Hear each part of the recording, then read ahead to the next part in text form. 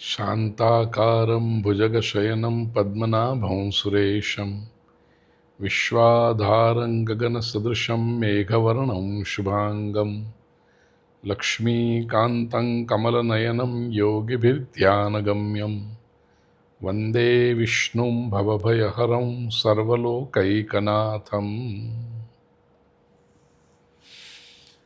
આત્મીય સ્વજનો, બૃહન્નારદીય પુરાણના આધારે આપણે પુરુષોત્તમ માસના મહાત્મ્યનું દર્શન એક માસ પર્યંતની અખંડ સત્સંગ સત્ર આપણે કરીએ છીએ. અને આ સમગ્ર સત્રના મનોરથી આશા અજીત ખીમજી પરિવાર મસ્કત, એમને વ્યાસપીઠ પરથી ખૂબ ખૂબ આશીર્વાદ આપું. પ્રભુ ખૂબ કૃપા કરે, ખૂબ પ્રગતિ થાય, આવા અનેક સત્કર્મો પરિવાર દ્વારા થતા રહે. આવો આજે 27મો અધ્યાય. પ્રિય સ્વજનો, છેલ્લા ઘણા વખતથી આપણે દ્રઢધનવા રાજાનું ચરિત્ર જોઈ રહ્યા હતા. એની પત્ની ગુણસુંદરી રાજાને પોપટે આવી અને સંકેત કર્યો હતો. આપણે 13મા અધ્યાયથી કથા જોઈ રહ્યા છીએ, એટલે છેલ્લા લગભગ 14 દિવસથી આ કથા ચાલે છે. અને એમાં કથામાં પૂર્વજન્મ, એની આગળની વાત એમ કરતાં આખો જે સત્સંગ યાત્રા આપણી ચાલી. પણ મૂળ મુદ્દો એ હતો કે દ્રઢધનવા રાજાને સરોવરના કાંઠે પોપટે એક શ્લોક કહી અને ઈશારો કર્યો હતો. વિદ્યમાના તુલસુખામાલોક્યાતીવ ભૂતલે ન ચિંતયસી તત્વં ત્વં તત્કથમ પારમેષ્યસી. 13મા અધ્યાયનો 43મો શ્લોક.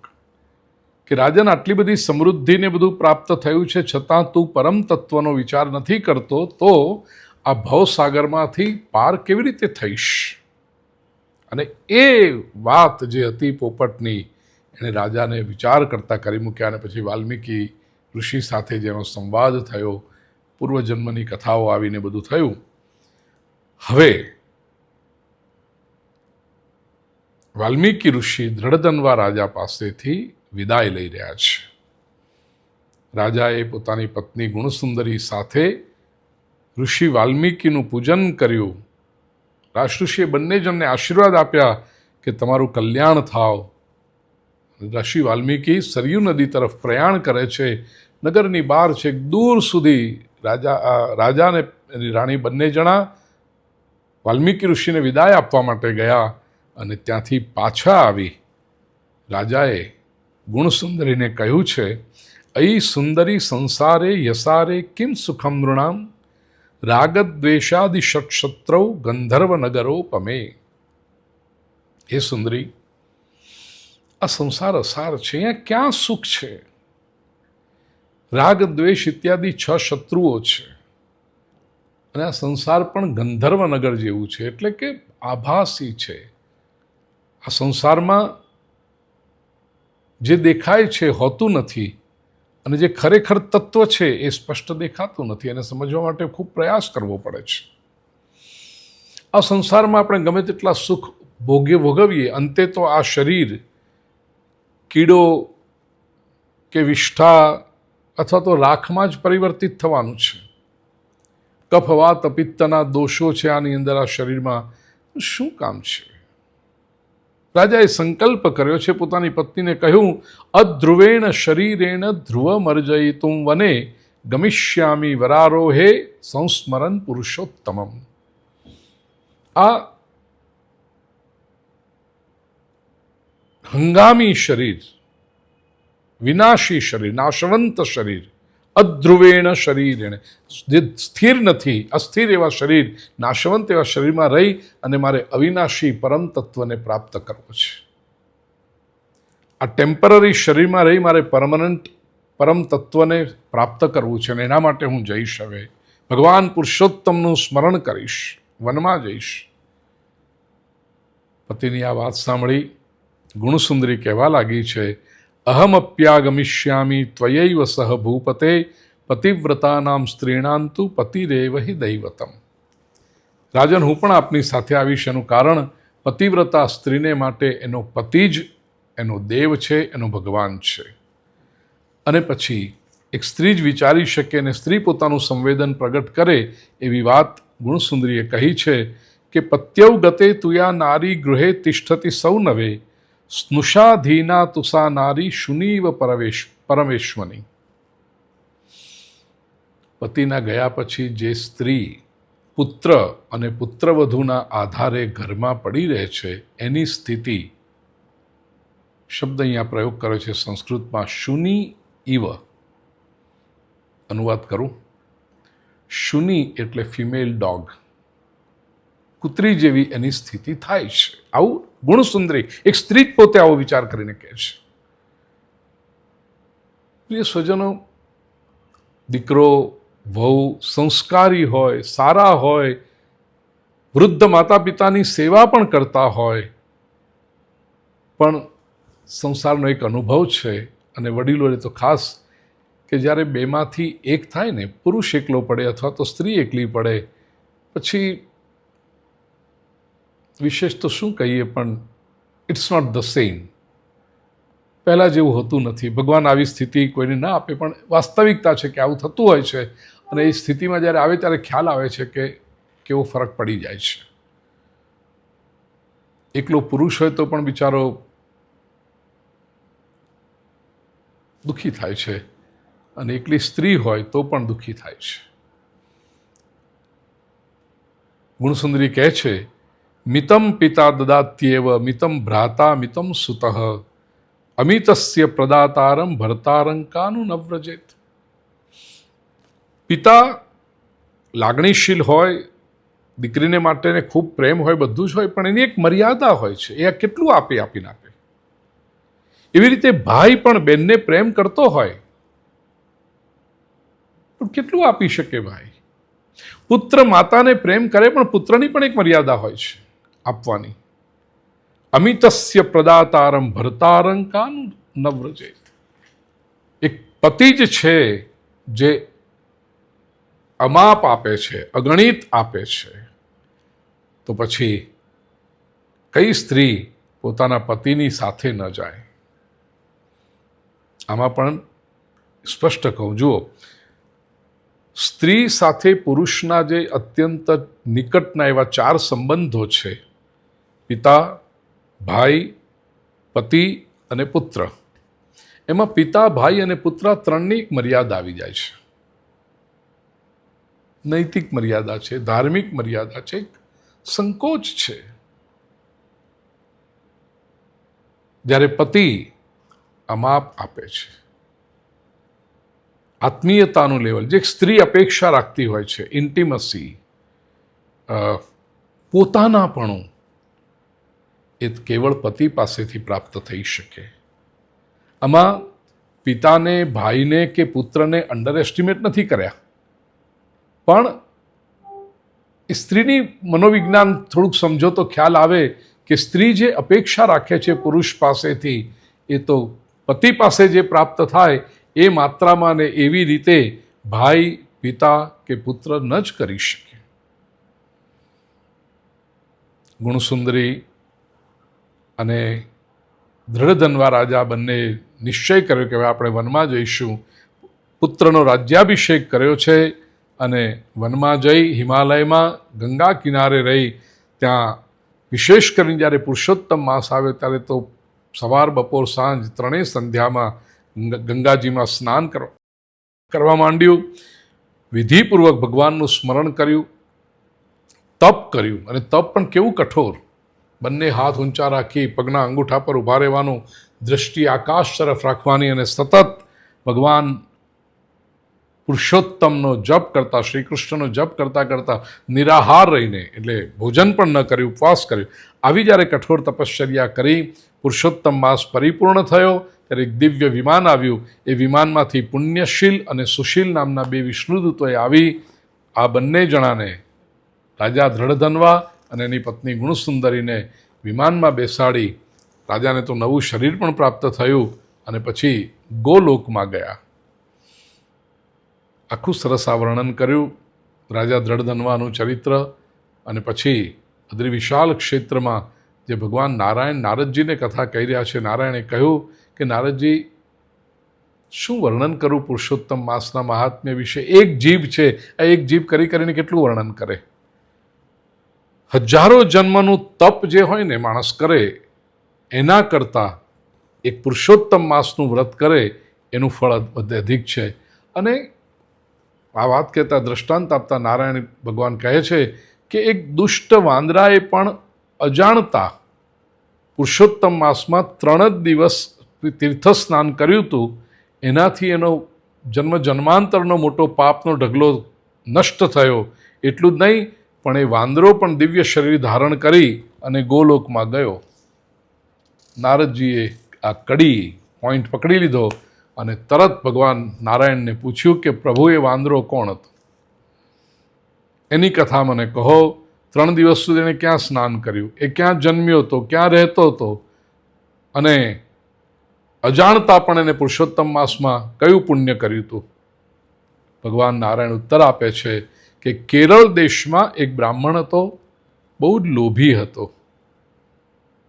મધમાખીને જેમ મધ પ્રિય હોય ને એવી રીતે આ બ્રાહ્મણને ધન એટલું બધું પ્રિય હતું અને સાથે એટલો બધો કંજૂસ હતો. એકઠું ધન કરે બધું અને જમીનમાં દાટી રાખે બસ. એટલે આસપાસ સમાજના લોકોએ એનું નામ પાડ્યું હતું કદર્ય. કદર્ય સંસ્કૃત શબ્દ છે, એનો ગુજરાતી અર્થ થાય કંજૂસ. એટલે બધા લોકોને કંજૂસ કંજૂસ કંજૂસ કહીને જ બોલાવે. આમ તો એના પિતાએ જે નામ પાડ્યું તે ચિત્ર શર્મા હતું, પણ ચિત્ર શર્મા નામથી એને કોઈ ન ઓળખે, બધા કે કંજૂસ એ રીતે જ ઓળખતા હતા. આ માણસ એવો હતો કે ભાઈ પોતે કોઈ દિવસ સારું ભોજન પેટ ભરીને કર્યું નહોતું, સારા કપડાં કોઈ દિવસ પહેર્યા નહોતા. સ્વાહા અને સ્વધા આ 2 પ્રકારના કર્મો આપણા શાસ્ત્રમાં કયા છે. સ્વાહા એટલે દેવોને પ્રસન્ન કરવા માટે થતા કામ, અને સ્વધા એટલે પિતૃઓને પ્રસન્ન કરવા માટે થતા કામ એણે કોઈ દિવસ કર્યા નહોતા. પોતાની પ્રતિષ્ઠા યશ વધારવા માટે પણ એને કોઈ સત્કર્મ નહોતું કર્યું. અરે પોતાના સ્ત્રી પરિવાર પુત્ર આદિનું પણ પોષણ નહોતું કર્યું. અન્યાયથી અનીતિથી અધર્મથી જે સંપત્તિ એકઠી થાય કેવલ ભેગી કરી કરી જમીનમાં ખાડા કરી કરીને દાટ્યા કરે બસ. સૂર્યગ્રહણ ચંદ્રગ્રહણ જેવા પર્વકાળ આવે તો પણ એને કોઈ દિવસ ભગવાનના જપ નહોતા કર્યા, હોમ હવન યજ્ઞ યાગાદિક નહોતા કર્યા. કરે શું આખો દિવસ? જ્યાં જાય ત્યાં નગરમાં જ્યાં જ્યાં જઈને બધાની પાસે આંખમાંથી આંસુ તો એવા સરસ એને આવી જાય અને એ રડી રડી અને બધા આગળ કહે કે હું ગરીબ બ્રાહ્મણ છું, ગરીબ બ્રાહ્મણ છું, આ ગરીબ બ્રાહ્મણને કંઈ આપો, આવી રીતે કર્યા કરે. બધાને સમજાઈ ગયું કે આની પાસે તો સંપત્તિ હોવી જોઈએ પણ એ કોઈ દિવસ કરતો જ નહીં. આપણે આટલું દાન આપીએ છીએ, આપણે એને આપીએ તો કોઈ ઉપયોગ નથી કરતો. એ બધાએ ધીરે ધીરે એનો તિરસ્કાર કરવા માંડ્યો. નગરજનો એનો તિરસ્કાર કર્યો ત્યારે આ બ્રાહ્મણ એનો એક મિત્ર હતો માળી, એનો એક બગીચો હતો, આજની ભાષામાં કીધું ફાર્મ હાઉસ, નગરની બહાર હતું. ત્યાં જઈને એણે કહ્યું કે નગરવાસી બધા મારો તિરસ્કાર કરે છે, મારે રહેવા માટે સ્થાન નથી, હું નગરમાં રહી શકતો નથી, હું શું કરું? એટલે માળીને દયા આવી કે મારો મિત્ર છે, બ્રાહ્મણ છે, ઠીક છે ભાઈ ચાલ તું અહીંયા મારી વાડી પર રહે છે. એને ત્યાં વાડી પર રાખ્યો, મદદ કરતો. એ પછી ધીરે ધીરે ધીરે આ બ્રાહ્મણે પેલા વાડીનો માલિક જે માળી છે એનો વિશ્વાસ સંપાદન કરી લીધો. એટલે આ માળીને ભરોસો બેઠો કે આ સારો છે, મારો બ્રાહ્મણ છે, મિત્ર છે, એમ કરીને એટલે એને વાડીનો બધો જ વહીવટ આ બ્રાહ્મણને સોંપી દીધો. એટલે ડી ફેક્ટો એ વાડીનો માલિક થઈ ગયો. એનું કારણ માળીને કોન્ટ્રાક્ટ હશે કે નોકરી કે ધંધો જે હતો રાજાની સાથે હતો, એ રાજાના બગીચાનું ધ્યાન રાખતો હતો, નહીં બધું હતું. ત્યાં કામ એટલું બધું રહે કે અહીંયા નગરની બહાર પોતાના ફાર્મ હાઉસ પર આવી શકતો નહોતો. ધીરે ધીરે ધીરે આ બ્રાહ્મણે જોયું કે પેલો તો વધારે આવતો નથી, મારા હવાલે જ છે બધો કારભાર અહીંયાનો વાડીનો. એટલે જે ફળ પાકે પોતે ખાય, ચાલો ઠીક છે, એક માણસ ખાઈ ખાઈને કેટલા ફળ ખાવાનો છે? પણ આ વાડીમાં આટલા બધા બીજા જે ફળ આવે ને એ આ બ્રાહ્મણ ચોરી એટલે વેચી દે અને જે પૈસા આવે પોતે પોતાની પાસે રાખે, પેલા માળીને ના આપે, મિત્રને બતાવે પણ નહીં. અને પેલો માળી ક્યારેક પૂછે કે ભાઈ આવા વાડીમાં ફળ આવતા હોય કે એનું કંઈક કમાણી થાય છે? તો કે ના રે ના. બ્રાહ્મણ તો રડતા રડતા કે હું મારું પોતાનું મજૂરી તો અહીંયા કરું છું આખો દિવસ વાડીમાં, પણ મને જ કાંઈ નથી મળતું. નગરમાં જઈને ભિક્ષા માગીને જે મળે તે ખાઈને મારું પેટ ભરું છું. અને ઝાડ ઉપર ફળ ફળાદી આવે તો બધા પક્ષીઓ જ લઈ જાય છે, બધા જંગલના અહીંયા પશુ વિરાનમાં આવે એ બધા લઈ જાય, ખાઈ જાય, બધું કાંઈ વધતું નથી. ને માળીને ભરોસો આ બ્રાહ્મણ ઉપર કે ઠીક છે આ કહે છે તો એવું હશે. આવી રીતનું વર્તન કરતાં કરતાં એ બ્રાહ્મણને 87 વર્ષ વીતી ગયા. વૃદ્ધાવસ્થા આવી, મૃત્યુ પામ્યો. અને જ્યારે મૃત્યુ પામ્યો ને પ્રિય સ્વજનો, એને લખ્યું છે અહીંયા નૈવાપ વહ્નિદારુણી, એને ન તો અગ્નિ પ્રાપ્ત થયો ન લાકડા પ્રાપ્ત થયા. એનો અર્થ કોઈએ એનો અગ્નિ સંસ્કાર પણ ન કર્યો. શાસ્ત્રો સાચું કહે છે, ના ભુક્તમ ક્ષીયતે પાપમિતિ વેદવિદો વદન. સંસારમાં આ શરીરની અંદર રહીને જે પાપ કર્યા હશે ને, જ્યાં સુધી એ પાપના ફળ ભોગવીએ નહીં ત્યાં સુધી પાપ પૂરા થતા નથી, પાપ નાશ પામતા નથી.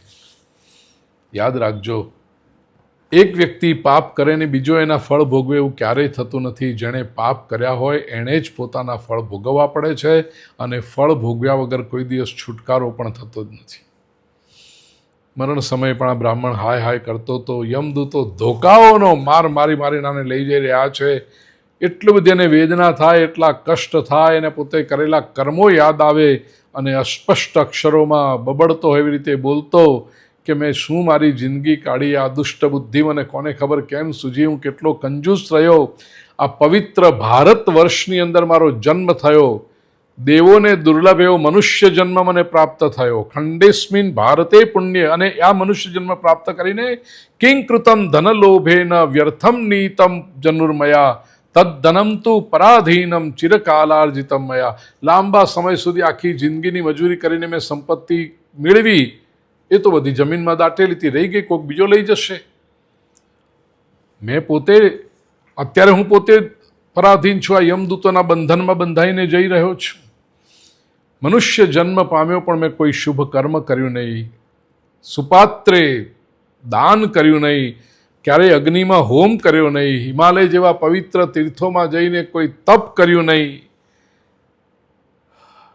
ગંગાનું પાણી કદી સેવ્યું નહીં.